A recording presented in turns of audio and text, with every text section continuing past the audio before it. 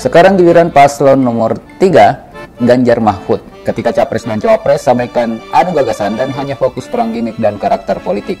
Part 2. Disclaimer, ini hanya opini yang berbasis data dan fakta sesuai dengan kacamata redaksi Herald Indonesia. Paslon nomor 3 ini agak berbeda dengan gaya dari paslon nomor urut 2. Dari kacamata kami, baik Pak Ganjar maupun Pak Mahfud lebih cenderung bermain karakter elitis yang menyerempet eksklusif lah kira-kira. Ini bisa dilihat dari gaya keduanya sejak ditetapkan menjadi Capres dan Cawapres. Tapi ada yang sedikit membagongkan dari paslon nomor 3 ini.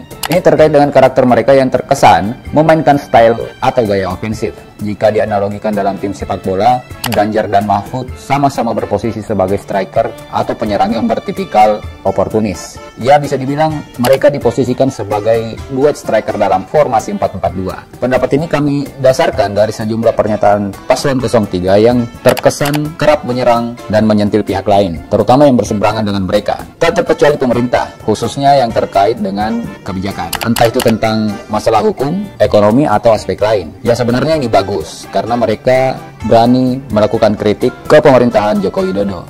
Tapi yang jadi pertanyaan, kenapa baru sekarang? Kenapa tidak dari kemarin-kemarin ketika Pak Mahfud dan Pak Ganjar masih berada dalam lingkaran pemerintahan dan istana? Dan ini yang kami lihat sedikit banyak mempengaruhi persepsi publik tentang image Pak Ganjar dan Pak Mahfud. Di mata publik saat ini, image mereka berubah dari yang sebelumnya terkesan sebagai sosok yang tenang dan objektif, kini berubah menjadi sosok yang terkesan agak egois, dan bahkan ada yang menilai sedikit arogan. Inilah yang membuat beberapa pihak mengaku mulai ilfil dengan paslon nomor 3. Itu semua karena karakter ofensif yang mereka bangun. Tapi belakangan, karakter dan tipikal ini perlahan mulai dilepas oleh Pak Ganjar dan Pak Mahfud. Alasannya apa? Ya mungkin saja karena faktor elektabilitas. Nah, memang dalam beberapa survei terakhir, elektabilitas paslon nomor 3 memang cukup mengalami penurunan.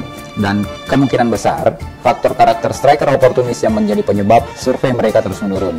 Untungnya gaya Pak Ganjar dan Pak Mahfud sudah mulai slow.